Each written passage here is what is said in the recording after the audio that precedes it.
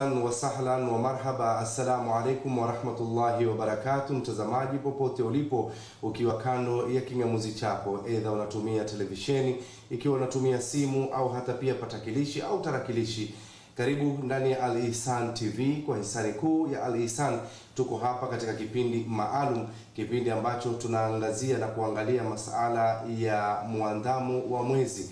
Kwa kuwa tuko katika Ramadhani ama tuko katika Shaabani ya 29 tayari kwa mujibu wa hisabu 29 tayari, kwa sababu maghrib imepita na tuko ndani ya 29 kuamkia asubuhi ya Ijumaa. Basi kesho inshallah itakuwa ni mchana wa 29, na basi panapo majaliwa yake na imanani, wengi katika ulimwengu watakuwa wanajaribu kujizatiti kuweza kuangalia mwezi, aidha kama utaandama katika siku hii ya 29 ya Shaaban au kukamilisha 30 na kutimiza mwezi wa Shaaban, tuingie katika Ramadhani siku ya Jumapili. Katika kipindi hiki maalum, mtazamaji, tuko naye ndugu Muhammad Abubakar, ambapo tutakuwa tunaangalia na kujadili suala zima hili la uwezekano wa mwezi aidha kuonekana kwa 29 ya Shaaban au tutakamilisha 30 ya Shaaban, ambayo itakuwa ni siku ya Jumamosi, Jumapili iwe Ramadhan mosi, au kama je kuna uwezekano wa kesho kuonekana kwa mwezi huo kwa mujibu wa elimu ya astronomia. Kwa mlaka uliomwema, roho safi na moyo mkunjufu, mtazamaji, andamana nasi katika kipindi hiki maalum. Karibu sana ndugu Muhammad, kwa mara nyingine tunakutana tena japo katika kiwanja tofauti. Asante sana. Assalamu alaykum wa rahmatullahi wa barakatuh. Naam, shukran. Ni furaha adhim kuweza kutangamana nawe tena baada ya kipindi cha mwaka hivi. Mwaka kamili.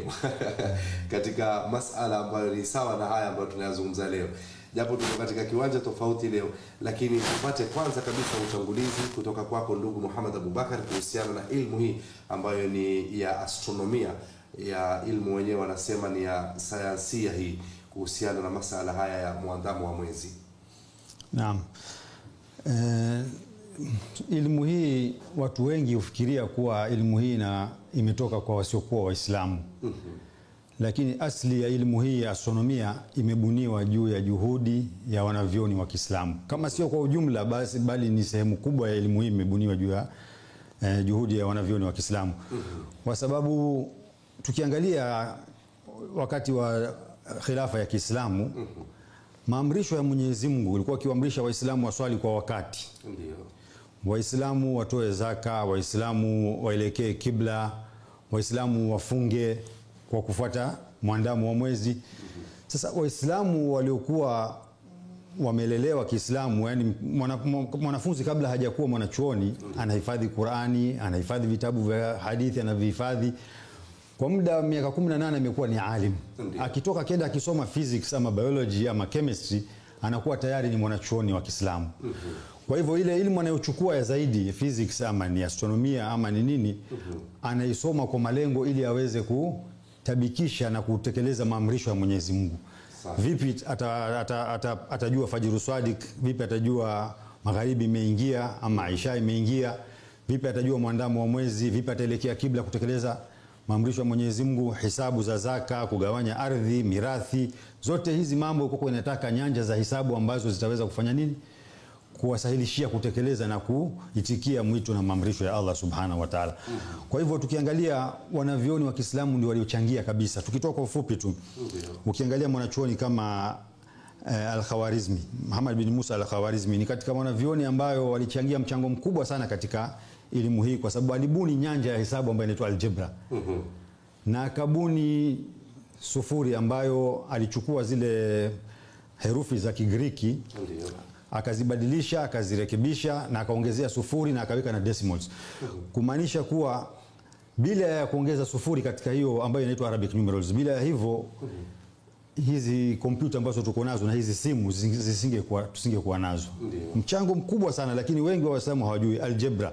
Anaitwa father of algebra. Kuna kitabu chake alichoandika kikatumiwa katika university za Europe miaka 500 baada ya kufariki. Kwa hivyo akakuja mwanachuoni mwingine kama Al-Bairuni, akachukua hiyo elimu aliyobuni Al-Khawarizmi, akachangia, akaongezea juu yake. Ni mtu wa kwanza ambaye aliyohisabu upana wa ardhi. Akaweza kuhesabu phases, zile awamu ama sura za mwezi, phases of the moon, kwa kutumia hisabu ambayo alibuni pia yeye ambayo ni aliongezea ili kuweza kubuni mambo haya na mambo mengine mengi ambayo walichangia katika masala haya. Tukakuwa na wanavyoni wa Kiislamu maastronomers wengi sana, kwa sababu dini yetu kufungua inategemea kumzunguko wa ardhi na mbingu na ardhi. Ikija katika masala ya swala, yote inafungamana na jua lilipo. Ima itakuwa iko chini mpaka nyuzi zake kuweza kuonekana, wakasema kuwa ni nyuzi 18 ambayo ndio leo wanasema astronomical dawn, ndio ambayo asili yake nyuzi 18 imetokamana na wanavyoni wa Kiislamu. Kuna vitabu vingi sana vimeandikwa ambazo mutawatir wamesema kuwa fajr swali kuingia ikiwa nyuzi 18 chini ya ardhi, na magharibi pia jua likishuka nyuzi 18 17 ndio inakuwa Isha imeingia, shafaqul ahmar inaondoka. Kwa hivyo mchango wao imetokamana na kuwa walisoma Qur'ani, wakafahamu kuwa Qur'ani imesisitiza Waislamu kufanya nini? Waislamu waende wakasome masala ya, kwa mfano Allah subhanahu wa ta'ala anasema kuhusu mzunguko wa ama phases of the moon, anasema washamsu qadarnahu manazila hatta ada kalurjuni kadim. Na mwezi tumeukadiria, Allah ameukadiria unakwenda kwa phases, kwa awamu, inakwenda kwa hisabu, yani kuanzia hilali inazidi na kuwa badri mpaka mwisho inakuwa urjun kadim, inakwenda kwa phases, na phases hizi zimekadiriwa na Mwenyezi Mungu. Anasema katika sura Ar-Rahman Allah Subhanahu wa Ta'ala, ash-shamsu wal qamar bihusban, jua na mwezi zinakwenda kwa hesabu ambao wanasema ni precise calculations. Utakuta kuwa elimu hii imebuniwa juu ya mgongo wa Uislamu, kwa baada ya kutekeleza maamrisho ya Mwenyezi Mungu na kufahamu kuwa Allah Subhanahu wa Ta'ala ameumba hizi vitu na zinakwenda kwa hesabu precise. Kwa hivyo ni makosa watu kufikiria kuwa elimu ya astronomia ama elimu al-falak, tukisema falak sio ya kupiga ramli kwa ufupi bora tuseme elimu ya astronomia imebuniwa juu ya juhudi na migongo wa Uislamu. Kwa hivyo sio jambo la kutoka kwa, bali wao walichukua kutoka kwa Magriki na Mahindu wakaendeleza sana. Sisi leo tumekanusha elimu hiyo na juhudi zao tumezikanusha, ni kama kwamba zinapingana na dini, na ila hali Mwenyezi Mungu kwa anajifakhiri anasema kuwa ash-shamsu wal qamar bihusban, zinakwenda kwa precise calculation.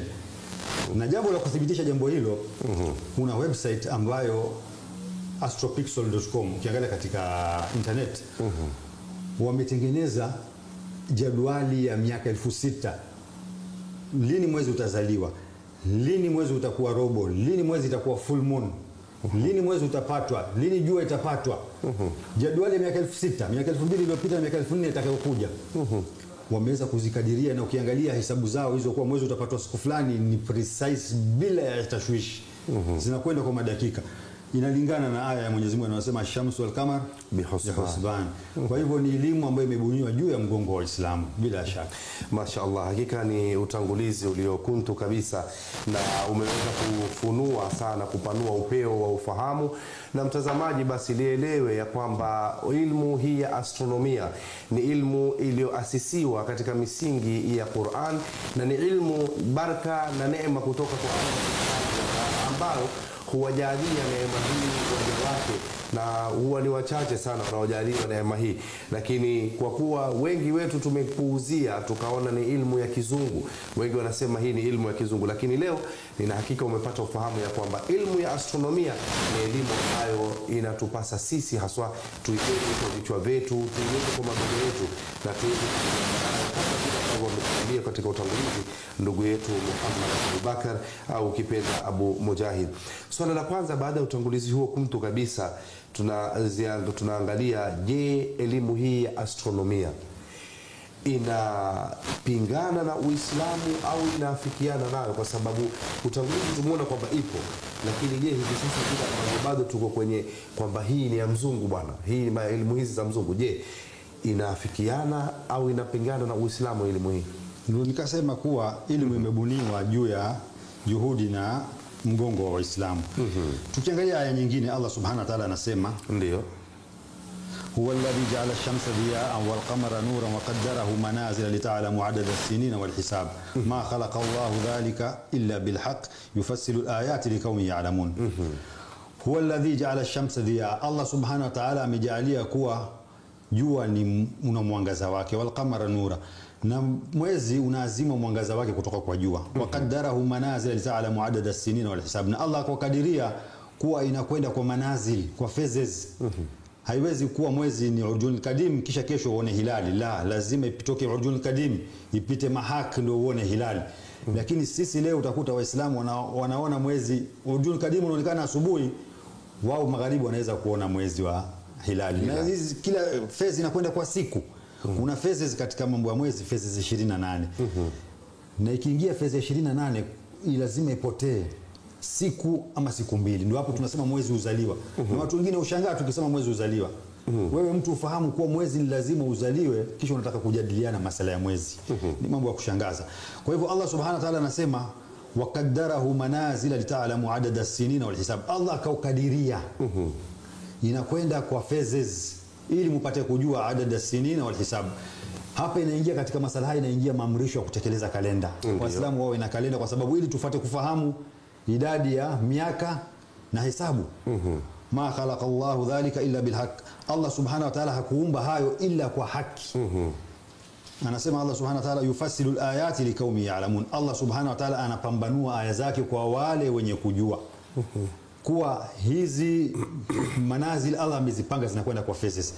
Na tukasema kuwa madamu Allah amejifakhiri na jambo, vipi itakuwa inakwenda jambo hilo mtu akisema kuwa mwezi utazaliwa siku fulani ama jua itapatikana siku fulani, awe anapingana na maamrisho ya Allah subhanahu wa ta'ala? Sifahamu yani. Allah ajifakhiri kwa jambo kisha iwe inapingana elimu ambayo inawafikiana na hisabu zake ambayo amejifakhiri nayo, iwe inakwenda kinyume. Ni jambo ambalo haliingia akilini kabisa. Kwa hivyo tukasema mababu zetu waliotangulia wakachangia mchango mkubwa sana, walikuwa wengi. Atusi, Al-Bairuni, Al-Khawarizmi, wanavyoni chungu nzima ambao walikuwa wanajulikana kwa wanavyoni wa ilmu al-falak, na ambao juu ya mgongo wao wanasema ndio elimu ikaendelea. Kwa hivyo inawafikiana kwa Uislamu 100. Allah akijifakhiri kuwa zinakwenda kwa hisabu, na wao wanasema kuwa wewe fikiria Sheikh Amar Abud, ndio ardhi ni jurma ambayo upana wake ni kilomita 12,740. Ama upana wake ni 1000, diameter yake ni 40,000 kilometers. Inabingiria, ina mizunguko mitatu kwa wakati mmoja. Inabingiria hapo axis ambayo ndio inasababisha jua kupanda, mwezi kupanda na kutua. Sunrise na sunset ni kwa sababu ya spinning of the earth katika axis yake. Moonrise na moonset ni kwa sababu ya spinning ya mwezi katika axis yake. Na stars pia ukiangalia kwa muda mrefu utakuta pia zina rise from east na set west. Huo ni mzunguko mmoja. Hapo ardhi hiyo inazunguka nini? Inazunguka jua. Mzunguko wa pili. Mzunguko wa kwanza inakwenda kwa kasi ya kilomita 28 kilometers per minute kwa dakika moja. Hapa kwa dakika 2 wewe ushafika huko Kilifi. Alafu hapo inazunguka nini? Inazunguka jua kwa muda wa siku 364 na robo. Kwa kasi ya kilomita 30 kwa sekunde. Umefika Kilifi kwa sekunde 2. Subhanallah. Na hapo kuna sarai zinazunguka jua zote hizi. Mercury, Venus, Jupiter zinazunguka jua.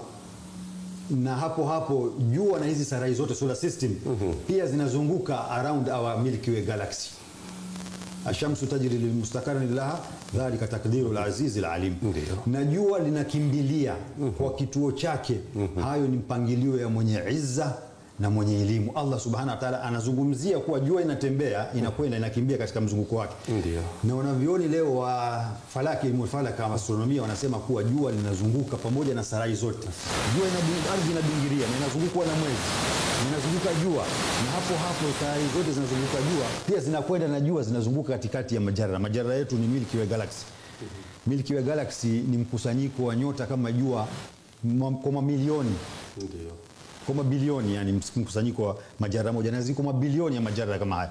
Kwa hivyo jua inachukua miaka 250, 250 million years, miaka 250 milioni kuzunguka katikati ya majara yetu. Jua inazunguka na sisi sarai zote zinafuata jua. Na hapo mwezi inazunguka jua. Na hapo mwezi inabingiria. Subhanallah. Ndio Allah subhanahu wa ta'ala akasema kuwa ash-shamsu wal qamar bihusban, kuwa jua na mwezi, ama kwa ingia anasema kullu fi falakin yasbahun, na vyombo vyote sarai zote hizi, jua na mwezi na planeti zote ziko katika mizunguko yake ambayo Allah subhanahu wa ta'ala amekadiria. Kwa hivyo wasipingani na Uislamu. Na hisabu za hawa watu wanazothibitisha kuwa ni vile kama alivyosema Allah kuwa zinakwenda kwa precise calculations. Naam. Ni elimu ya kiwango cha juu sana hiyo, kuweza kupata ufahamu wa kwamba elimu ya astronomia haipingani na Uislamu, bali inasimama na ipo ndani ya Uislamu kwa ithibati ya aya ambazo tumeweza kuzipata, ambapo Mwenyezi Mungu anaelezea hapo kuhusiana na mienendo ya viumbe hivyo alivyoviumba pamoja na nyakati akizielezea. Tuje tutizame hivi sasa suala hili, hivi sasa tuko ndani yake na limekuwepo tukishuhudia sana. Kila inapofikia wakati huu kunakuwa na mizozo, Waislamu wanakuwa na migawanyiko, na malasaf ni kwamba ikhtilafu ni jambo ambalo lipo ndani ya dini na lilishuhudiwa wakati wa enzi za Mtume sallallahu alaihi wasallam akiwa hai. Kulikuwa kuna ikhtilafu, baadhi ya ikhtilafu katika maswahaba, lakini watu hawakuwa na mizozo, hawakuteta, hawakutukanana, hawakuacha kwenda kuswali kwenye msikiti huu kwenye mji huu kwa sababu ya ikhtilafu zao. Lakini sasa kuna ikhtilafu kubwa sana, sisi mojawapo ni ya mwezi, na ambayo husababisha mimi siwezi kuswali msikiti ambao Muhammad Abubakar yeye yuko pale kwa sababu ya swala la mwezi. Je, ni sababu gani zinazofanya Waislamu kutofautiana kufikia mpaka kuzozana katika masala haya muadhamu wa mwezi? Masala haya tukizungumzia kwa ujumla, sababu kuu ya kwanza kabisa ni Waislamu leo ni kama mbuzi bila mchungaji, yaani tumekosa uongozi. Ndio sababu ambayo imefanya Waislamu, mahususan sisi Waislamu ambao tunaishi katika biladi ambao sisi ni minority, tunavyosema ni wachache, hatuna uongozi wa Kiislamu ambayo unaweza kutuongoza katika masala haya. Ndio maana utakuta kila mtu mwenye kudai kuwa anafuata Saudia, na ambayo hakuna katika dalili ambayo inasema fateni biladi fulani. Mwanzo wa Saudi wenyewe wanasema kuwa kila mtu angalie mwandamo wa biladi yake. Hiyo ndio fatawa za maulama, kibaru ulama wa Saudia. Lakini hutakuta ndugu zetu huku wana ushabiki ambao wanasema kuwa sisi lazima tufuate Saudia. Wengine wanafuata biladi ambao wanasema tunafuata international sighting. International sighting kuwa kokote inapoonekana ulimwenguni, na wajui kuwa kuna biladi katika ulimwengu wa Kiislamu ambao wanafuata hisabu za ilmu falak, hawaangalii mwezi. Na sisi tunaamrishwa la tasumu hatta tarau hilal wala tuftiru hatta tarauha. Hakuna amri ya Mtume sallallahu ambayo iko wazi kama hii kuhusu masala ya mwezi. Msifungeni mpaka muone mwezi, na wala msifungue mpaka muone. La tasumu, anakanusha Mtume Muhammad sallallahu alaihi wasallam. Sasa kwa hivyo utakuta kuna biladi kama Turki hawaangalii mwezi. Biladi kama Masri wana vipimo kwa mwezi ukizama dakika 5 baada ya jua kuzama, siku ya pili inakuwa tarehe 1. Turki wanasema kuwa ikiwa jua imesonga nyuzi 8 elongation, ambao ni kusonga kando, na haya mambo tumefafanua katika YouTube channel zetu, ukienda inshallah kuna ufafanuzi kwa undani mambo haya. Ikisonga nyuzi 8 kando na jua ikaweza kuakisi hata kidogo, mtu anaweza kuona kwa telescope, wanasema siku ya pili itakuwa siku ya pili kuwa mwezi umefanya nini? Mwezi umeandama. Masri, Tunisia na Saudia utakuta kuwa pia mara nyingi wanafuata kalenda yao ambayo imebuniwa pia kwa hesabu ambazo si haiwafikiani na kuonekana mwezi. Kwa hivyo utakuta sasa kuna ushabiki hapa ambayo watu wakielezewa kuwa kuna makosa, sisi ima tufuate mwandamo wa mwezi ama tufuate elimu ya falaki, ambayo mnakanusha, mnafuata hizo biladi kama ambayo ni Turki, kama Masri, kama ni Tunisia ama biladi zingine ambao hawaangalii mwezi, wana vipimo ambazo wameziweka. Ndio. Kwa hivyo unakanusha wewe elimu falaki kwa upande mmoja, unasema kuwa inapingana na Uislamu, na kisha unafuata biladi ambazo wanafuata watu hawafahamu masala haya. Kwa hivyo utakuta hizi ikhtilafu ambazo ndio zinatuletea, ama masala mengine ni kuwa na hawa ambao wanafuata local sighting, ikhtilafu matali, wanasema kila biladi na matali yake. Utakuta pia wakisikia kuwa mtu ambao sio katika fahamu wao mamrengo wao, pia wanafanya nini? Wanakataa mwandamo huu. Na zote zinasababishwa na nini? Kwa sababu tumekosa kuwa na uongozi. Leo kwa mtoa mfano hapa kwetu, kadhi tunasema kuwa masala haya mwezi si katika doketi yake, sio? Kazi yake ni ndoa, talaka na mirathi. Hii amechukua tu ni kama ada tu alipata kwa makadhi wengine, anatangaza, lakini hana authority ya kulazimisha na kukataza. Kwa hivyo itabakia maneno yake akisema, akitangaza atakata exactly, watakaofuata wafuate, wasiotaka. Sasa ndio utakuta kuwa hizi ndio zinatufanya sisi tutabakia kuwa tumechanganyikiwa. Suala la ukosefu wa uongozi, mtazamaji, ndio linalosababisha mizozo katika muandamo wa mwezi. Haya na mengine mengi sana mazuri yanakuja baada ya hapo. Kwa hiyo nakunasihi usikibonyeze kidude tu ama papo hapo. Elimu kubwa sana inakuja baada ya mapumziko mafupi tu ndani ya Al Ihsan TV katika kipindi hiki maalum. Tena mtazamaji, katika awamu ya pili ya kipindi hiki maalum, kipindi ambacho tunaangazia suala la muandamo wa mwezi, kwa kuwa tuko katika mwezi 29 ya Shaaban, ya siku ya Ijumaa au siku wa Ijumaa, ambapo Ijumaa itakuwa ni 29 mchana wake. Magharibi itakapokuwa imefika, tutakuwa tunautizama ule mwezi, basi wengi watakuwa wanauangalia. Na leo tunatizama katika mada hii maalum, je, kuna uwezekano wa hiyo siku ya kesho mwezi kuandama? Basi kwa ajili hiyo tunaye hapa ndugu yetu Muhammad Abubakar, ambapo ndio tunafanikisha mada hii kwa ujumla. Ilmu ya astronomia ndio tunayoipata kwa kindaki kwenye kipindi hiki. Na sasa moja kwa moja, kama nilivyokuarifu mtazamaji kwamba tutaingia katika marhala ambayo ni pana, ndefu na nzito zaidi katika kipindi hiki, na ni ilmu hiyo ya falaki. Na sasa tunapata, je, ndugu yetu Muhammad, unaweza ukatupa vipimo vya astronomia ambazo zinafungamana na mwezi wa Ramadhan, na je, kutakuwa na utata katika muandamo huo mwaka huu? Naam, Sheikh Omar Abud, mimi sio mwanachuoni wa astronomy.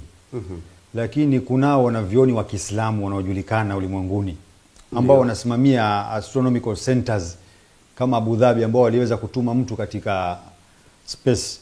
Na karibuni wanatarajia kutuma vyombo kwenda Mars. Ni watu wamepiga hesabu hatua kubwa katika masala haya. Wametoa statements, ndugu yetu Khalid Shokat wa moonsighting.com America, engineer, geologist engineer Khalid Shokat, na ndugu yetu Dr. Muhammad Ode wa astronomycenter.net ya Abu Dhabi, na kuna wanavyoni wa falak wengine wa Morocco wametoa statements kuhusu mwandamo wa mwezi. Wote kwa ujumla wanasema kuwa siku ya Ijumaa, ambayo ni leo magharibi yake, si tukiamka asubuhi magharibi kesho tunaangalia mwandamo, wanasema mwezi hauwezi kuonekana sio kwa macho wala kwa telescope katika Australia, Asia, Middle East na Afrika. Hakuna uwezekano wa kuonekana sio kwa macho wala kwa telescope. Ndio. Kwa hivyo ni mambo ambayo ni ijmaa ya wanavyoni wa ilmu falak. Na tunasema sisi masala haya tunafaa turejee kwa wenye kujua. Wewe ikiwa una matatizo, tunasema ya maradhi, una matatizo sio katika mwili wako, utakwenda kwa nani? Kwa daktari, sio muuza viazi. Kwa vile vile na haya masala haya tuna wajuzi wa Kiislamu, kwa nini tusirejee kwao? Wametoa statement na bayani zao katika website zao zipo, kuwa mwezi hauwezi kuonekana. Sasa kuna masala hapa nataka tufafanue. Ndio. Mwezi huu wa kesho itakuwa kuna vipimo fulani ambao umri wa mwezi itakuwa ni masaa 9 na dakika 3 Mombasa. Sababu mwezi utazaliwa wakati wa asubuhi saa 3 na dakika 24. Na wakati wa magharibi itakuwa umri wake masaa 9 na dakika 3. Altitude yake, urefu kutoka kwenye ufuk horizon, itakuwa ni nyuzi 4. Ndio. Nyuzi 4 ni karibu sana na horizon, kumaanisha kuwa mwezi kwa umri wake na kwa sababu ya huo urefu wake kutoka kwenye nini, itakuwa karibu sana na jua. Kisha itakuwa na elongation, imesonga nyuzi 5 kando na jua. Tunasema lazima isonge zaidi ya nyuzi 8 ndio iweze kuakisi mwangaza ambao sisi katika tunaweza kuona. Hiyo itakuwa na nyuzi 5 peke yake, kumaanisha kuwa bado katika marhala ya mahaka. Kisha itakaa kwa muda wa dakika 19 peke yake. Hizi tukisema hizi vipimo ni vipimo vidogo sana, ndio maana mpaka mwisho wakasema wanavioni hawa code F kuwa kumaanisha kuwa iko below dungeon limit. Umri wa masaa 9 na dakika 3 inamaanisha kuwa tukizungumzia watu walioweza kuona mwezi kwa umri mdogo kabisa katika historia ya kurekodiwa. Unajua kuna archives ambazo wanavioni wamekusanya za mwandamo wa mwezi na vile vipimo. Kuonekana kwa macho umri mdogo kabisa ni masaa 15 na dakika 33 iliyoweza kuonekana. Hino ni masaa ngapi? Masaa 9 na dakika 3. Na katika biladi za Kiislamu zote kwa ujumla ni masaa 12, mpaka Sudani, mpaka ukienda mpaka Masri na Morocco hazipiti zaidi ya masaa 12. Kwa hivyo hazifiki katika hiyo world record. Tukisema world record ya marabutu kama tushazungumza mwaka jana, ni nambari ambayo haipatikani kawaida, ni nadiran, na ambayo inavunjwa na watu ambao ni maexpert, watu wanaoangalia mwezi kwa miaka, wanajua kutumia vifaa vya kisasa, wako katika majabali ya juu, high altitude. Sio mtu kama yuko Mombasa katika sea level anavunja rekodi kwa masaa 4-5. Mtu atoke kesho aseme kwa ameona mwezi kwa umri wa miaka 9, masaa 9, ni jambo ambalo muhali. Kwa hivyo umri kwa telescope ni 12 hours na 27 minutes, masaa 12 dakika 27. Ndio umri mdogo. Tunasema hino ni nadra kupatikana. Na kuvunjwa kawaida rekodi, mtu anavunja rekodi kitutu, anavunja kidogo kidogo. Sio kuivunja kwa masaa 4 kwa mpigo mmoja. Atakuwa ni kama saa 12 utasikia ni dakika 25, dakika 26. Tena ni nadra kupatikana. Kwa hivyo altitude ndogo na elongation ni 5. Tukasema kwa telescope watu wameweza kuona kwa telescope world record ni 6.7 elongation. Na 7.6 elongation ya nyuzi 7.6 ndio watu wameweza kuona kwa macho. Hiyo ndio world record. Hino ni 5 degrees. Sasa kuna mambo sisi siku zote tunazungumza. Tunasema kuwa kuna sharti mbili. Mwezi haufai kwenda kuangaliwa ikiwa hazijapatikana. Kama unakumbuka mara baada tulizungumza mwaka uliopita. Tukasema sharti ya kwanza kuwa mwezi lazima uzaliwe. Mwezi unazunguka, unapita mahak, unazaliwa, unataka muda siku kama masaa zaidi ya 16 na zaidi ili ipate kusonga iweze kuakisi mwangaza tuweze kuuona, ndio inakuwa hilali. Kisha kila siku inafanya nini? Kila siku inasonga nyuzi 13 takriban. Inasonga mbali na jua kila siku. Na kila siku itachelewa, inakawia juu kama takriban dakika 40-50 kila siku. Ikiwa leo imeshuka na imekaa juu baada ya jua kuzama dakika 20, kesho utaongeza dakika 40 ama 50. Itakaa saa moja ama saa moja na dakika 10. Kwa hivyo mwezi unazunguka kisha inapitia marahili yake. Kila siku inasonga mbali na jua, inasonga mbali na jua mpaka tarehe 14 inakuwa full moon. Kisha baada hapo inapungua mpaka inakuwa nini? Inakuwa urjun al-qadim. Itoke urjun al-qadim ndio ingie mahak, kisha ndio ingie tena hilali. Mzunguko unazunguka. Ash-shamsu wal-qamar bihusban wal qamaru qaddarnahu manazila hatta aada kal-urjun al-qadim. Inapitia phases zake. Kwa hivyo haiwezi kuwa mwezi uko katika kabla haijazaliwa mtu aione.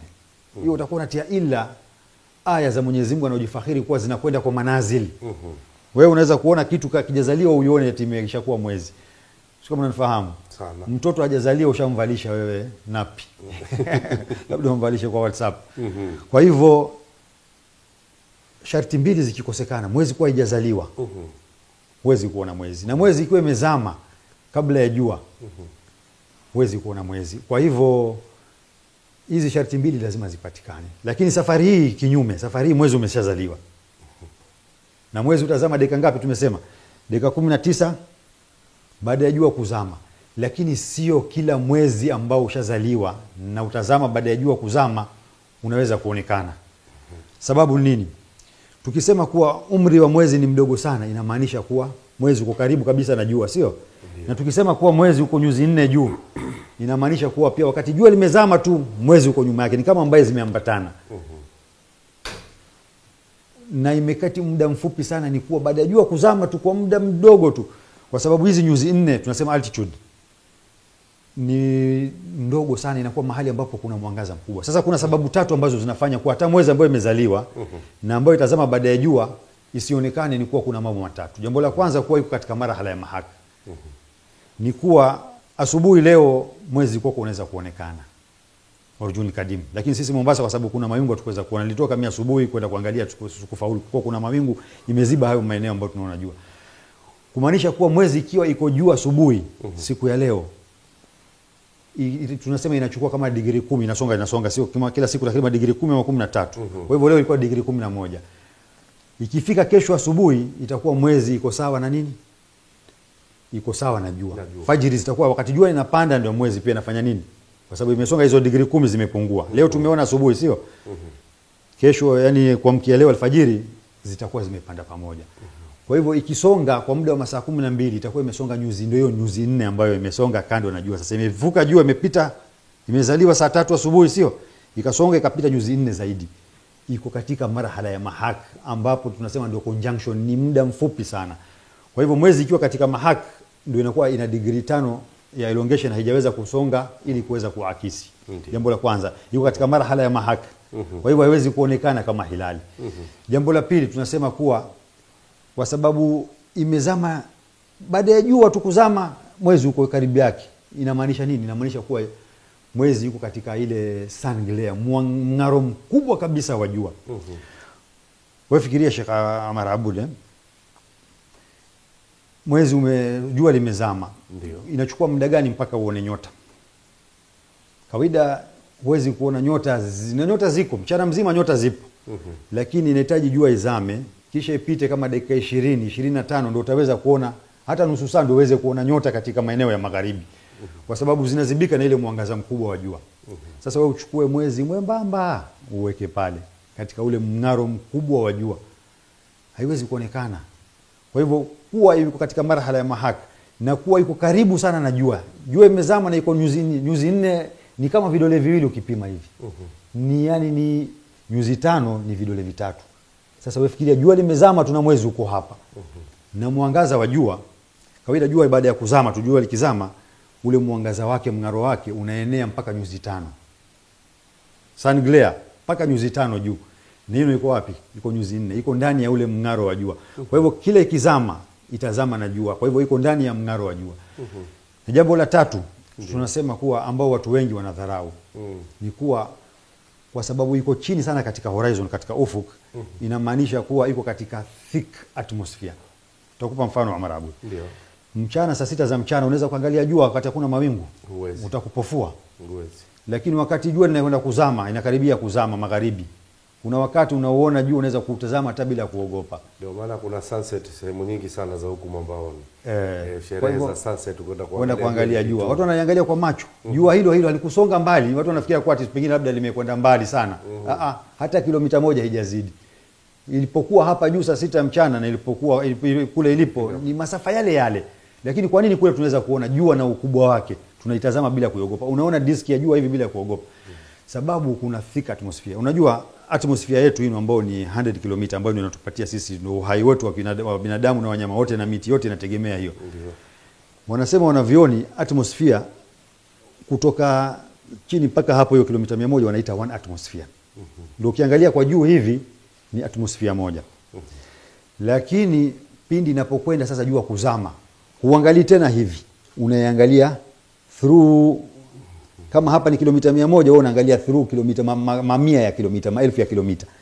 Ndio maana ile jua mwangaza wake inafanywa tashtiti na kwa scattered, ndio maana unaona inakuwa dim. Na ndio maana huku sky unaona blue wakati wa, kwa sababu ile miale mifupi short wave zile ndio zinakuwa absorbed, ndio unaona blue. Lakini wakati wa kuzama ile mwangaza ambao unaopita ni ile long waves ambazo ni orange na red. Ndio maana unaona sky wakati unakuwa nini? Unakuwa magharibi, unakuwa rangi ya orange. Sasa wafikiria ikiwa jua na ukubwa wake inaweza kufanywa dim. Je, mwezi ambao mwezi kitutu mwangaza wake ipite mpaka kwenye macho yako uone. Ikiwa scattered inapotea kwa sababu ya thick atmosphere. Sasa tumesema sababu 3. Sio kila mwezi uliozaliwa na kila mwezi ambao utazama baada ya jua ni wa kuonekana. Ndio maana wakatoa bayani wanavioni wafalaka hawa wote kuwa mwezi hauwezi kuonekana. Kwa sababu mambo haya yana tajruba ya miaka mingi sana. Na kuna rekodi ya miaka mingi sana. Hakuna mtu katika tarehe amewahi kuona mwezi katika vipimo hivi. Hakuna mtu. Ndio. Unafahamu eh? Sasa ni sababu kati na dalili kati kuwa sio kila mwezi nafaa kuonekana. Naam. Na tukitoka hapo tutizame haswa hivi sasa ni mwisho wa Ramadhani. Kuna uwezekano wa kutokea utata, kwa sababu tumeangalia hivi sasa ni kwamba wazi kwamba kwa mujibu wa astronomia itakuwa ngumu sana kuonekana katika kumwandhamu kwa mapema. Je, tukienda kumaliza Ramadhani kutakuwa na utata? Kabla ya hapo sijui chati ndugu zetu walitia chati ya mwezi wa Ramadhani ya mwaka huu. Ndio tulikuwa tunataka mtazamaji naye apate kuiona kwa mujibu wa kuna chati ilikuwa naomba kama tunaweza kuwekewa ya mwezi wa Ramadhani wa mwaka huu. Hiyo chati kama unaivoiona hapo. Kuna hizo rangi ambazo maeneo ya Afrika utakuta bara Asia, Europe haina rangi yoyote. Kumaanisha kuwa hiyo ndio marhala ya nini? Marhala ya mahak. Kwa mwezi uko karibu kabisa na nini? Ndio inavuka ile. Na tukiingia katika marhala ya mahak, Sheikh Abudi inafaa ipotee siku ama siku 2. Na hiyo chati tumesema imebuniwa kwa vipimo ambazo tajruba ya miaka wamechukua zile natija na zile hisabati. Yaani mwezi ikiwa na kipimo umri fulani, kipimo fulani yaonekana. Mwezi ikiwa na umri fulani, kipimo fulani, ama imesonga kiasi fulani ama nyuzi fulani altitude yake haionekani, ama inaonekana kwa binoculars. Wakachukua hivyo vipimo ndio wakatengeneza hizi chati. Na hizi chati tumesema asili yake wanavioni wa Kiislamu wa karne zilizopita waliweza kuzihesabu. Ndio. Al-Bairuni tunasema mtu wa kwanza kuhesabu phases za mwezi na akaweza kuhesabu pindi ya kuzaliwa kwa dika ya hali ya juu. Lakini kwa sababu hawana kompyuta power ya kuweza kufanya hesabu, ndio hawakuweza kufanya machati kama haya. Hizi chati zimekuja kwa sababu tumekuwa na kompyuta. Ndio. Wanaweza kuhesabu kila nukta katika ulimwengu, wakati gani mwezi unaweza kuonekana au hauwezi kuonekana. Ushanifahamu? Ndio chati zikatengenezwa. Kwa hivyo hizi chati ni dalili wazi kuwa mwezi hauwezi kuonekana. Na tunasema hivyo tukitoka sasa katika masala hayo ya chati hiyo, twende kwa hiyo hesabu ambayo masala kwa unasema kuwa mwezi wa Ramadhani, na mwezi wa Ramadhani pia mwisho wa Ramadhani kutakuwa na utata. Tunasema tarehe 29 kuna chati ya tarehe 29 mwezi wa Ramadhani. Sijui kama wameweza kuiona. Naam. Tuwekee hiyo chati tarehe 29 mwezi wa Ramadhani utakuta imefinikwa na rangi nyekundu kwa ujumla. Hapo sasa ni kuwa hawa ambao watakaotangulia, tumesema kuwa mwezi hauonekani kesho. Lakini kuna biladi kama Turki, Masri, Tunisia, wao tayari mwezi tayari ushajulikana kuwa ni juma ngapi, kwa sababu ya vile vipimo tukasema vipimo vya ilmu falak. Wao Jumamosi itakuwa ndio mwezi mosi wa Ramadhani. Na Saudia kulingana na kufuata kalenda yao Mulkura, kwa sababu mwezi ushazaliwa na mwezi uko juu, watatangaza kuwa tarehe Jumamosi ni mwezi watasema kesho magharibi mwezi umeandama na Jumamosi wataanza kufunga. Hayo tunazungumza mambo kabla ya kufika, kwa sababu tajruba tuko nayo na tunajua. Na ndio bayani za wanavyoni walimu falak wamesema kuwa kwa tajruba yetu na mazoea yetu tunajua kuwa biladi za Kiislamu kwa ujumla Jumamosi ndio jua kuwa mwezi hauwezi kuonekana. Sasa kwa sababu watakuwa umeanza mapema, tarehe 29 ya Ramadhani yao ndio hiyo chati ambayo tunazungumzia, chati ya tarehe 29 ya Ramadhani. Kama mnaweza kuiona, watu waoneshe ishara. Mumeona chati ya tarehe 29? Tarehe 29 ya Ramadhani. Tukisubiri chati tunasema kuwa mwezi siku hiyo itazama kabla ya jua kuzama. Kwa sababu siku hiyo mwezi itazama dakika 12 kabla ya jua kuzama. Tarehe 29 ambayo tunasema makosa, kwa sababu alianza makosa, sasa tarehe 29 yao itakuwa makosa. Ambayo inafaa kuwa tarehe 28. Mwezi utazama dakika 12 kabla ya jua. Nadhani chati ipo hivi sasa. Iko tayari Utaona chati yenyewe itakuwa ni rangi nyekundu ambayo inashtua yenyewe rangi nyekundu. Kwa hivyo itazama dakika 12 kabla ya jua, na mwezi utazaliwa siku hiyo tarehe 29. Ambayo itakuwa ni Jumamosi tarehe 30 Aprili. Mwezi utazaliwa saa 5 na dakika 28 usiku. Wao magharibi watatoka kuangalia mwezi ila hali mwezi hujazaliwa. Mwezi utazaliwa baada ya masaa 5 baadaye. Unafahamu? Na tukasema kuna sharti mbili ambayo haifai kwenda kuangalia mwezi. Mwezi haiwezi kutoka mara kabla ya kuzaliwa ionekane hilali. Kwa hiyo ni impossible. Ikiwa hajazaliwa kuona mwezi ni muhali, impossible. Na mwezi ikizama kabla ya jua, sisi tunakwenda kuangalia mwezi wakati wa nini? Sunset, sio? Wakati wa magharibi. Mwezi umezama dakika 12 baadaye ndio jua linazama. Sisi tunakwenda kuangalia kitu gani wakati huo? Jambo la kushangaza na la kusikitisha, utakuta kuna Waislamu wataketi watatangaziwa, tokeni muangalie mwezi. Na inajulikana wazi kwa mwezi hujazaliwa na mwezi umezama kabla ya jua. Na wataketi watu katika manini idhaa kama hivi wanasema wanasubiri kuletewa habari za mwezi. Wallahi ni mambo ya kusikitisha, umma wa Kiislamu tumefika hadi hii. Watu wanasubiri habari za mwezi ambao mwezi haupo, mwezi hujazaliwa. Sio kama unanifahamu Sheikh Omar Abud. Nzuri sana. Kwa hivyo chati imekuja? Ndio. Chati nyekundu imeonekana chati nyekundu. Kwa hivyo hiyo sehemu nyekundu yote unayoona ni kuwa mwezi umezama kabla ya jua. Na hiyo kama kuna rangi ya pinki hapo inaonyesha kuwa mwezi haujazaliwa. Subhanallah. Umma wa Iqra, umma wa ambao elimu hino ya astronomia imebuniwa juu ya juhudi na mchango wa wanavyoni wetu, imefika hadi tunakwenda kuangalia mwezi wakati mwezi haupo. Wallahi na wanatoka watu wanatangaza kuwa wameona mwezi. Na sisi tunatangaziwa. Ni mambo ya kusikitisha, mambo ya kuuliza Sheikh Omar Abud. Kwa hivyo tunasema hizi sharti mbili kikosekana moja sio zote mbili. Moja ikikosekana wallahi ni muhali na ni aibu mtu kwenda kuangalia mwezi, kwa sababu ni tarehe 28. Sasa la kusikitisha zaidi ya hapo ni kuwa siku hiyo watu watakwenda kuangalia mwezi, sio? Baada ya masaa 5 masaa 6 South America, Bolivia, Uruguay, Hungary, Argentina watakuwa wanashuhudia. Kwetu sisi hapa ni saa 5:30 usiku, sio? Wao wanashuhudia kupatwa jua. Hili ndio jambo sasa ambalo safari hii itawaazirisha na kuwatia katika aibu hawa ndugu zetu ambao tunamwambia kila mara kuwa mwezi haufai kuangaliwa kabla ya kuzaliwa na mwezi haufai kuangaliwa ikiwa imezama kabla ya jua. Sio kama unafahamu na mabudi. Wao wameangalia mwezi tarehe 30 April, wanaangalia mwezi magharibi. Lakini baada ya masaa 6 sisi kwetu usiku. Yaani kutokea muda wa kama saa 4 kasorobo mpaka saa 7:30 wakati wetu ule ambaye anataka kwenda kuangalia live partial solar eclipse, yani itakuwa mwezi hautoshikwa total eclipse, itakuwa ni partial, yani nusu ya jua itazibwa. Ukitaka kuangalia wewe na kupatia wakati kwa kutokea saa 4 kasorobo mpaka saa 7:30 usiku, yani alfajiri, yani nusu ya usiku, baada ya nusu usiku saa 7 usiku.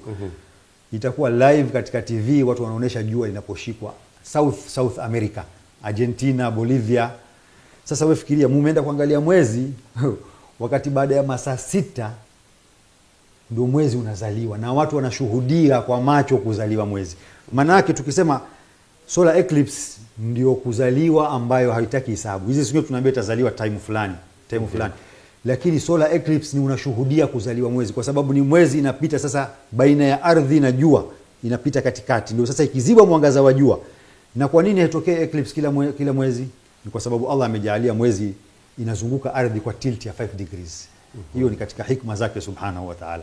Kwa tilt ya 5 degrees. Kwa hivyo kuna wakati inapita juu, haizibi mwangaza wa jua, kuna wakati inapita chini, haipiti. Lakini zikiwa sawa sawa katika mstari mmoja na ambayo itatokea katika mwezi huu tarehe 30 April, watu watakuwa wanashuhudia mwandamo wa mwezi. Sio kama unafahamu Marabud. Wao wametoka kuangalia mwezi. Kuna watu wengine wameketi, kuna harakati zinaketi, watu wana ma TV wanasubiri atikuletea habari za mwangazo wa mwezi. Na ilhali baada ya masaa 6 watu watashuhudia kuzaliwa mwezi. Vipi unataka kuona mwezi nyinyi ambao hujazaliwa? Na tukasema Allah anasema zinakwenda kwa phases. Haiwezi kutoka kabla ya kuzaliwa iruke mtafute hilali. Ni mwanzo uzaliwe, ipite siku ndio baadaye muangalie mwezi. Kwa hivyo wallahi wakatoka watu safari. Wakasema kuwa tarehe 29 yao watakuwa tangulia. Ina tunazungumza mambo sisi kabla ya Ramadhani. Si kwa tunajua ghaibu kwa sababu tunajua taratibu zao na mwenendo wao. Tarehe 29 wakatoka watu wakasema wameona mwezi, wataazirika kwa sababu mwezi utakuwa utazaliwa masaa 6 7 baada ya magharibi yao. Na kwa nini ifike hadi mpaka sisi Waislamu mambo kama haya ambayo yako wazi kabisa yanapingana na sheria, yanapingana na elimu sayansi, inapingana na akili ya mtu timamu. Twende tuangalie mwezi wakati mwezi haujazaliwa. Siko nafahamu.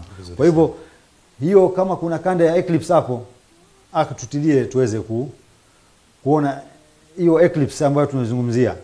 Watashuhudia watu kwao ni asri kule. Kwetu sisi hapa ni usiku. Masaa 6 za usiku. Lakini wao watashuhudia partial eclipse. Sio kama unafahamu Amarabud. Ni dalili ya kuwa tarehe 29 yao ni makosa.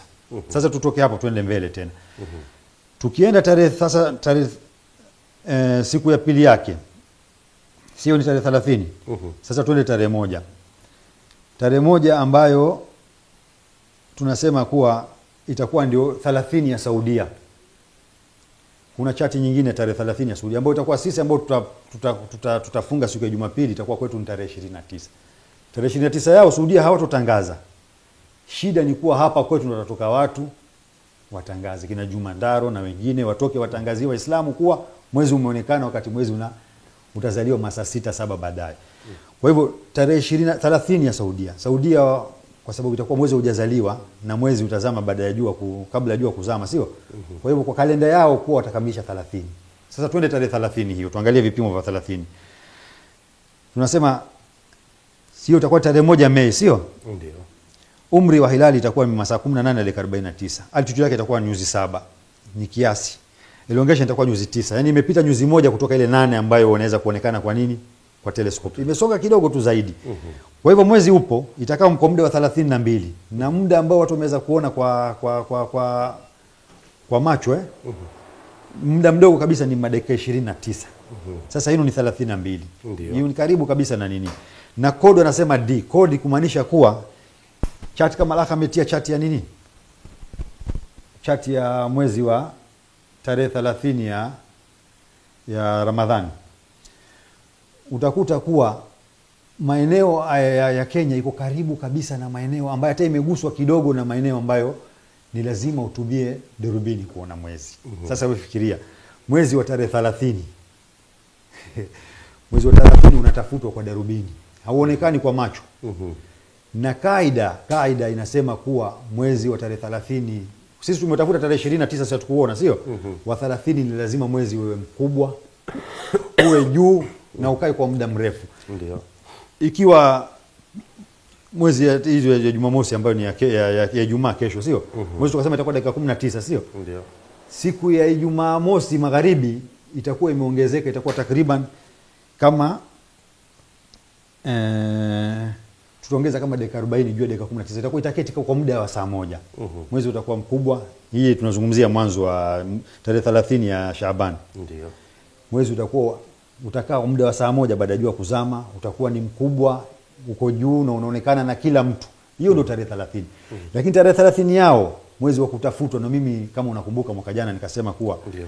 atakayenipigia picha mwezi wa tarehe 30 mwaka jana atapata nini? Kama unakumbuka Sheikh Marabud, tulika zawadi ya shilingi 10,000. 10,000. Tukasema watoto washerehekee Eid. Kwa hivyo na safari tunasema tena tarehe 30 ambayo inatakaniwa mwezi uwe mkubwa, uwe juu na ukae muda mrefu, wallahi atakayenipigia picha kwa kutumia mobile phone yake, sio atumie telescope. Telescope itaweza kuonekana, lakini kwa mobile, si mwezi wa 30 unatakaniwa hata kabambe ukiwa na kamera utapiga, utaona. Mwezi ni mkubwa, utakaa muda mrefu. Shilingi 10,000 tena tunatoa. Wallahi hoja imesimama ndugu zangu, lakini tunajifanya hamnazo. Mwaka jana hakuna mtu hata mmoja aliweza kupiga picha. Ndio. Na mwaka huu masala ni hayo. Tunatoa challenge tena. Tarehe 30 ya watakaotangulia, wanaofuata Turkia, Masri, Saudia, Umulkura, kalenda ya Umulkura, pigeni picha, mtapata shilingi 10,000. Kama unafahamu Marabu. Kwa hivyo matata na mizozo yatakuwa tena pia mwisho wa Ramadhani kama ilivyokuwa mwaka jana. Naam akhi. Kwa hivyo mwisho wa Ramadhani kutakuwa na mizozo kutokana na ilmu hii ya astronomia na mambo ambayo kama ulivyosema wengi husababisha ni wao wenyewe utata huu. Tuje tuangalie sasa, kuna njia au mbinu za kuweza kusaidia kuona hilal kwa usahali? Naam.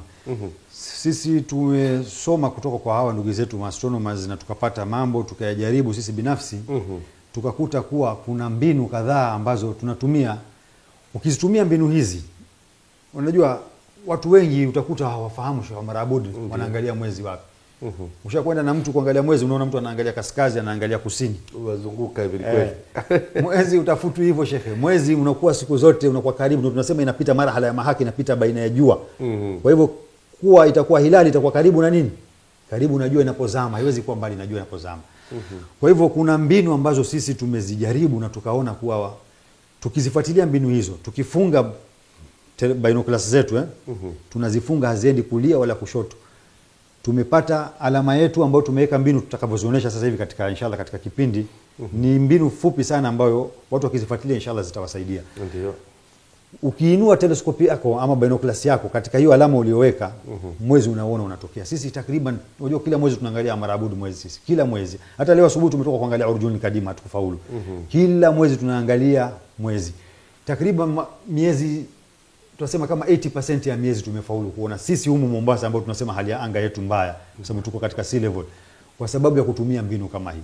Kwa hivyo naweza kumomba Allah kama anaweza kuchezea hizi kanda ambazo ni kanda za dakika 2 tu, tungependa Waislamu waone, na inshallah zitawanufaisha kwa njia kubwa sana kuweza kufahamu, kuweza kuona mwezi kwa usahali. Kunaweza kuchezea clip ya kwanza inshallah. Naam. Ona clip iko hewani tayari. Inshallah. Muhammad Abubakar Abu Mujahid kutoka East Africa Moon Sighting. Leo tutaonesha mbinu sahali ya kuangalia mwezi, njia ya kutumia njia ya jua inshallah. Kwa mfano leo jua itazama saa 12:30 na mwezi itazama saa 1:30. Kwa hivyo inamaanisha mwezi itabakia juu kwa muda wa dakika 60.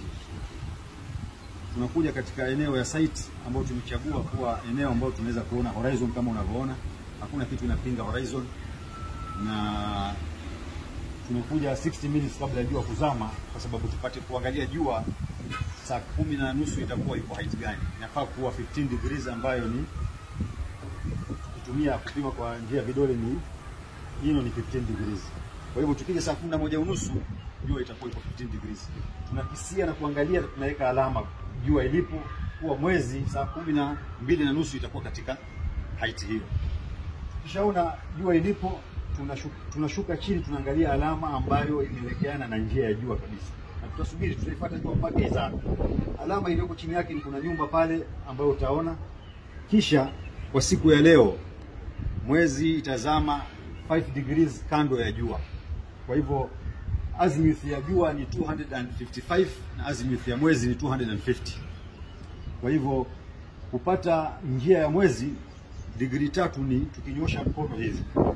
Vidole vitatu ndio degree 3. Ndio degree 5. Kwa hivyo alama ambayo tutapata pale ni ile building ndefu ambayo haitoziba mwezi wetu, kwa sababu mwezi itakuwa kando yake kidogo. Hiyo ndio 5 degrees kutoka kwa njia ya jua kwenda kwa njia ya mwezi. Na baada ya tushapata njia ya mwezi, sasa ni kusubiri jua lizame na background ikuwe giza kidogo, kisha baadaye tunakuja na binoculars yetu. Alama yetu tushaweka ile building pale. Baada ya background ishakuwa giza kidogo, tunaanza kutumia ile alama yetu tuliweka ile building pale. Tunapanda kiasi ya jua kama hiyo 15 degrees. Njia hii inatupatia usahali ya kuwa hauna haja ya kwenda zaidi ya urefu huu kuangalia, kwa sababu wakati unaangalia mwezi mwembamba unataka udeal na area fulani, sio unaenda juu, unaenda kulia, unaenda kushoto, zigzag, unaenda wapi. Wewe una deal na ile alama kwa kuweka ile buildings, tutakuwa tunapanda juu na binoculars mpaka tuone mwezi. Kwa hayo nafikiria njia na mbinu sahali kabisa. Jazakumullahu khair.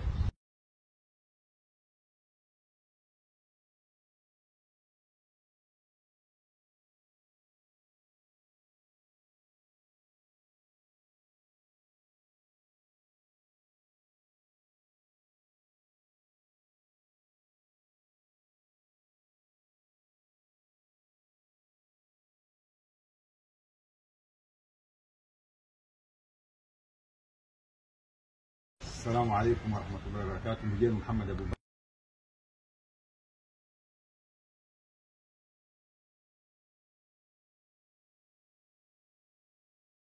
السلام عليكم ورحمة الله وبركاته. مجيد محمد أبو بكر kutoka East Africa Moon Sighting. Leo tutakuja kuonesha mbinu ya pili sahali ya kuangalia mwezi. Tutatumia magnetic compass. Njia hii ni njia sahali kabisa. Leo tukiangalia katika apps za kuonesha mwezi, tazama 250 degrees, azimuth ya 250 degrees. Tunakuja kwenye compass, tunaweka 250 degrees. Tukishaweka compass 250 degrees, kisha tunaitia hino ndani ya kuelekea north, alafu alama yetu itakuwa ni kuelekea hino, arrow ndio itakuwa inatuelekeza kwenye maeneo ya mwezi. Tunaangalia alama gani ambayo arrow ina point kule, kisha hiyo ndio inakuwa alama yetu ambayo tutajua mwezi itakuwa juu. Baada tushajua alama, tunakisia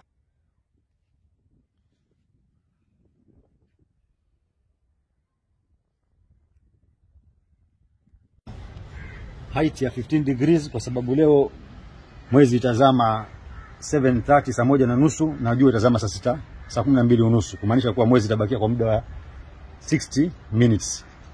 Na saa 12:30 mwezi itakuwa iko 15 degrees juu. Kwa hivyo tunakisia 15 degrees na alama yetu ni ile building ambayo tumeona arrow imepoint. Wakati jua imezama, background imeanza kuwa giza kidogo, tunakuja na telescope yetu ama binoculars yetu. Alama yetu ni ile building, tunapanda juu kiasi ya 15 degrees. Hatuendi zaidi juu poteza wakati ama kwenda kushoto na kulia. Tuna deal na hiyo area. Na kila every 4 minutes mwezi inashuka 1 degree 1 degree 1 degree mpaka inapotea. Hiyo ndio njia yetu ya pili ambayo tumeweza kuonesha. Alhamdulillah rabbil alamin.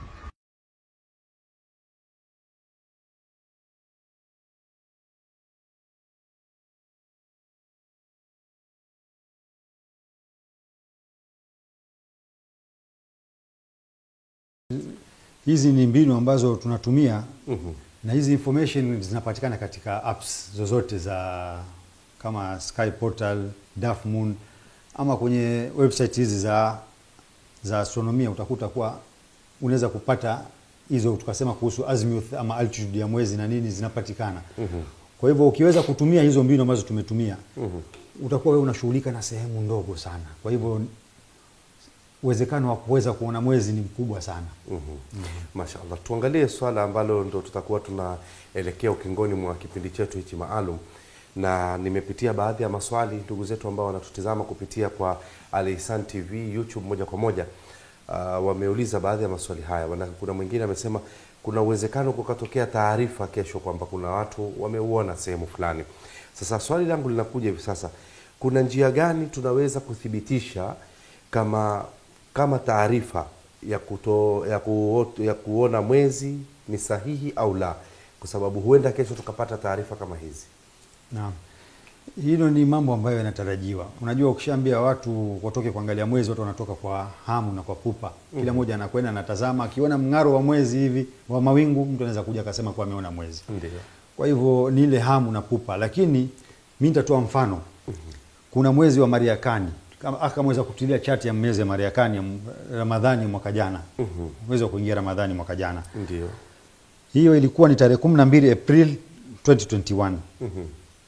Aitwa tutilie chati ya. Naam, chati ipo hewani. Tunasema unaona hiyo chati hiyo. Wakatoka Sheikh Juma Ndara akatangazia Waislamu kuwa mwezi ulionekana Mariakani waliona ni vijana. Na hiyo chati ukiona hapo Kenya unaona iko nje, haina rangi yote. Iko very clear. Bali sio Kenya peke yake, karibu nusu ya Afrika na jumla ya bara Arabu na Australia kote hamna rangi. Kumaanisha kuwa mwezi wakati uko katika marhala ya mahaka. Hata vipimo vyenyewe vinaonyesha kuwa mwezi ulikuwa kuna altitude ya degree 5. Tukasema ule mng'aro wa jua unakuwa degree mpaka degree ngapi? Degree 5. Kwa hivyo ilikuwa ndani ya mng'aro wa jua. Na umri wake ni masaa 12 na dakika 53. Tukasema world record ilikuwa ni masaa 15 na dakika 35 mtu kuona mwezi kwa macho.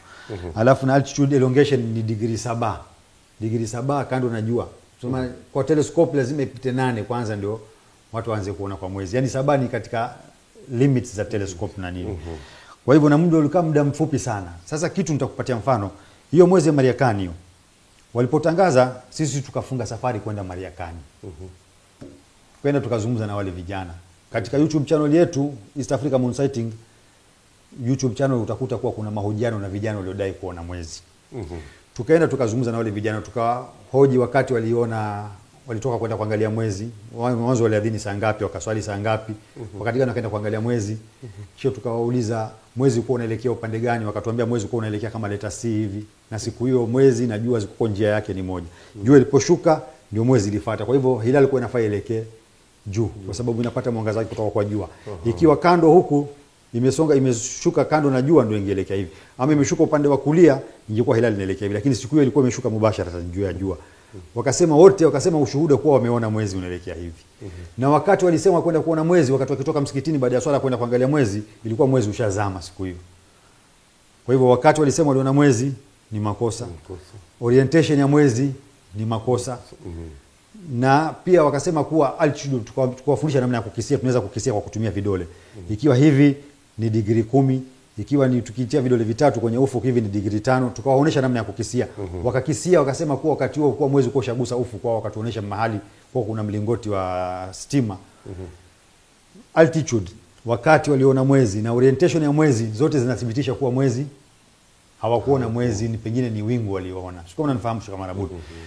Sasa sisi tunazo chati hizi ambazo zimetengenezwa. Katika wanaotengeneza hizi chati kuna Muhammad Ilyas mwanachuoni wa Malaysia katika watu wa kwanza kutengeneza, na katika one of the most accurate kwa sababu wao wanapata Hanafi hawaangalii kwa telescope, wanaangalia kwa macho pekee yake. Kwa hivyo chati yake inaangalia macho pekee yake. Kuna ndugu yetu Muhammad Ode, Khalid Shokat, hawa ni Waislamu wametengeneza charts zao katika website zao zipo.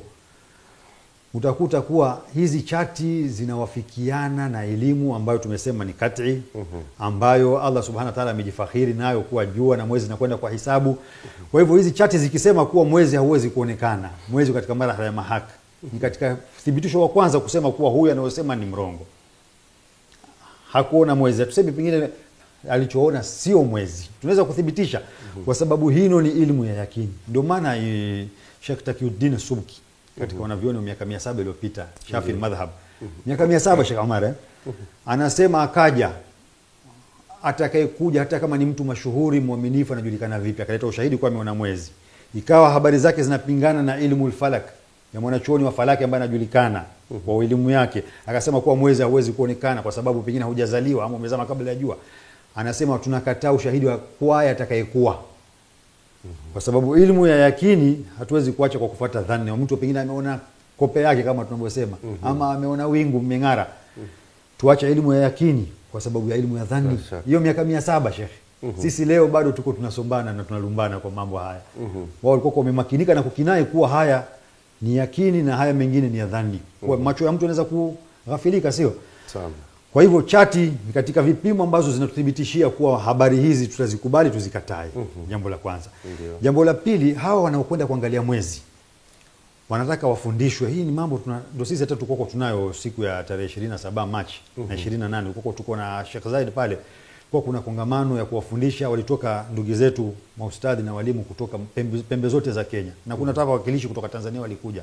Tukawa na training kuhusu masala haya ilmu falak na mbinu za kuangalia mwezi. Watu waelimishwe mbinu hizi, watu waelimishwe namna ya kuripoti. Sheikh Abud, unakwenda una ripoti kutoka maeneo gani, unasajili wakati gani, sio mwezi umeona unaelekea upande gani, orientation, hali ya anga ilikuwa vipi, unarekodi wewe ulikuwa watu wangapi, kwa sababu ukienda katika kuangalia mwezi muwe watu wengi.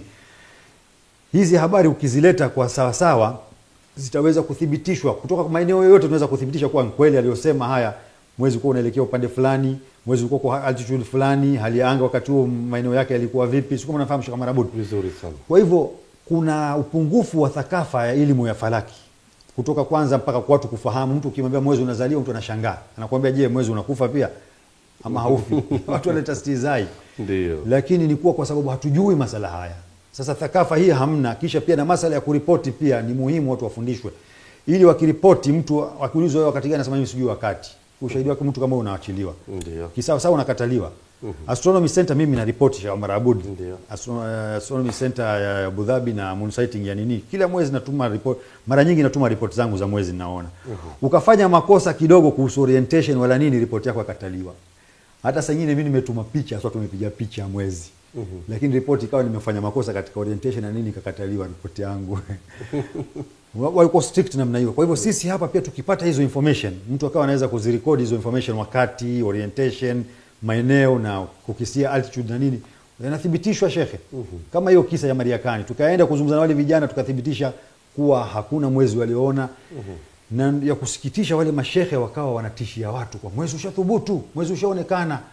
Watu wakaingia katika saumu kwa habari ambazo wallahi ni potofu na ni makosa. Sio kama unafahamu. Kwa hivyo zinaweza kuthibitika, lakini haya mambo yataka watu wamakinike. Tuwe na kamati ambayo itakuwa inahusika na masala haya, ambayo ina involve shekhe. Mimi sisemi kama mimi mwanachuoni wa ilmu falak wala nini.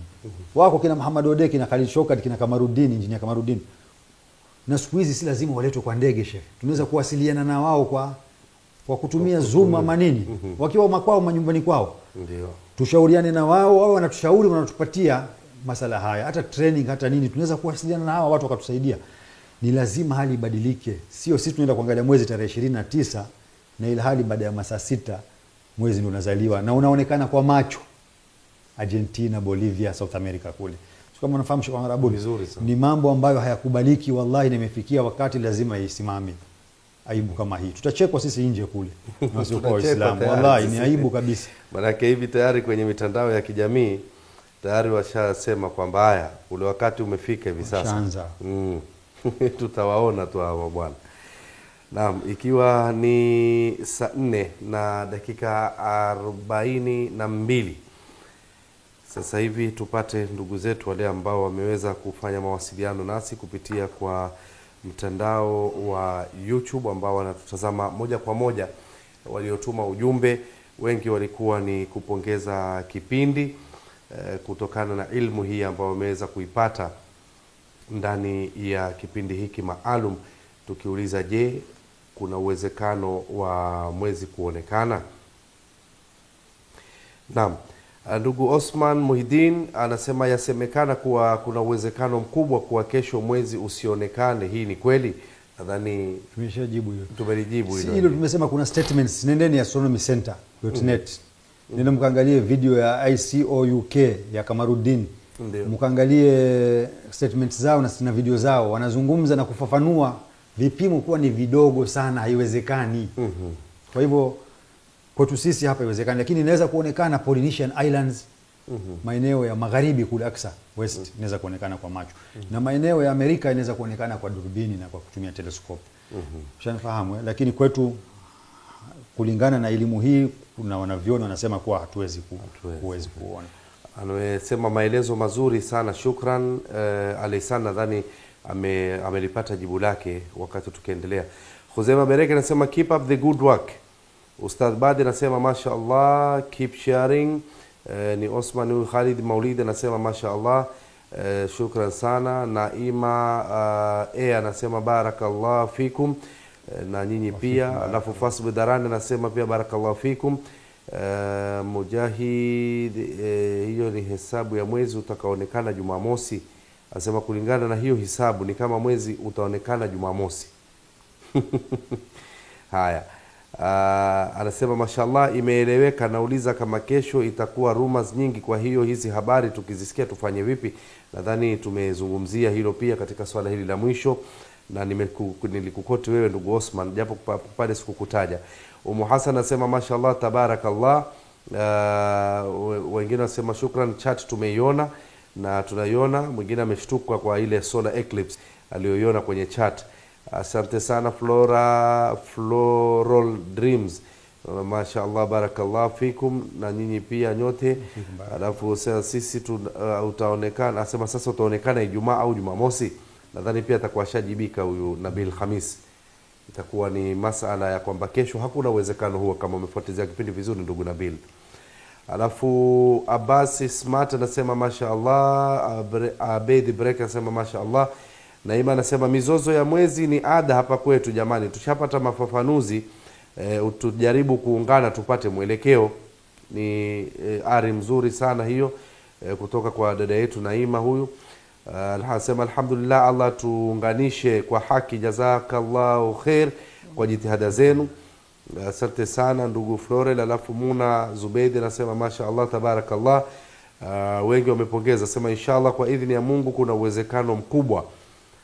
Nadhani huyu alikuwa anamjibu mwenzake. Hamidi anasema brother Muhammad, shukran sana kwa maelezo yako.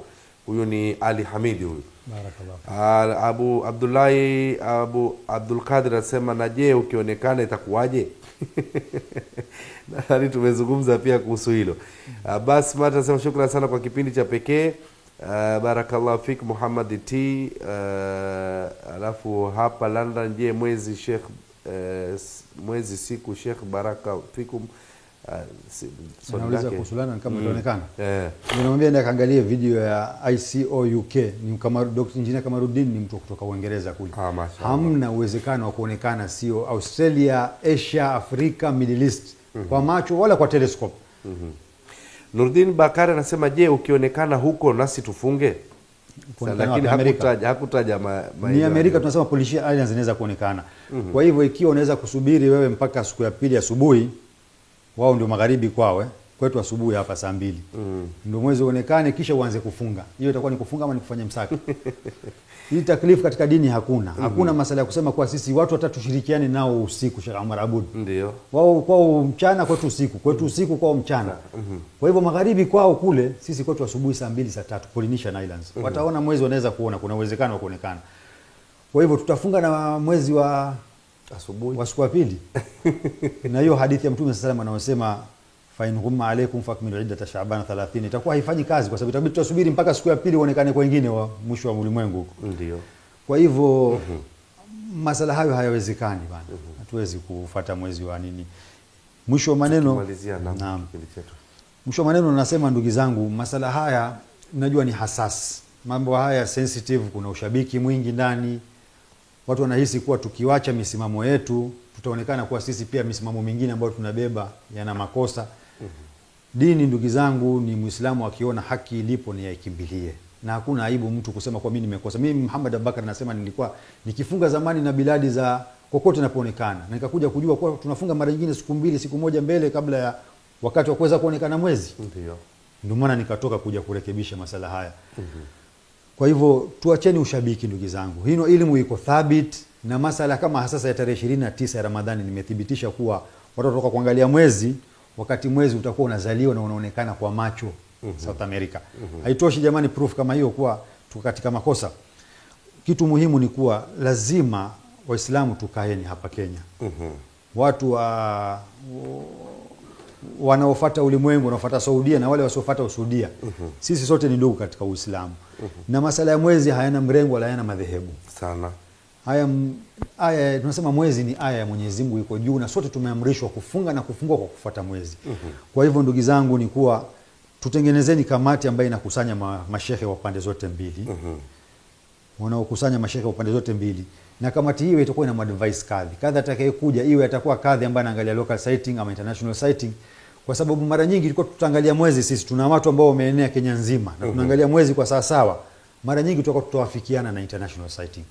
Kwa hivyo ombi langu kama nilivyokariri mwaka jana, nikazungumza na mashehe nikawaambia wafanye mambo haya na naendelea kukariri. Ni aibu kwa Waislamu kuwa kuna jirani mtoto leo anasherehekea Idi na mtoto mwingine yuko katika saumu. Mtoto anafunga na mamake yuko katika saumu. Mke anafunga na bwanake katika saumu. Hii ni mambo ya aibu ndugu zangu. Ni lazima Waislamu alalakali saumu yetu iwe ni siku moja na kufungwa kwetu iwe siku moja katika maeneo yetu haya ya East Africa inshallah. Mashaallah, kwa hakika ni mwito murwa na kabambe mtazamaji, mwito ambao unasisimua na kuleta muhemko katika nyoyo za waumini.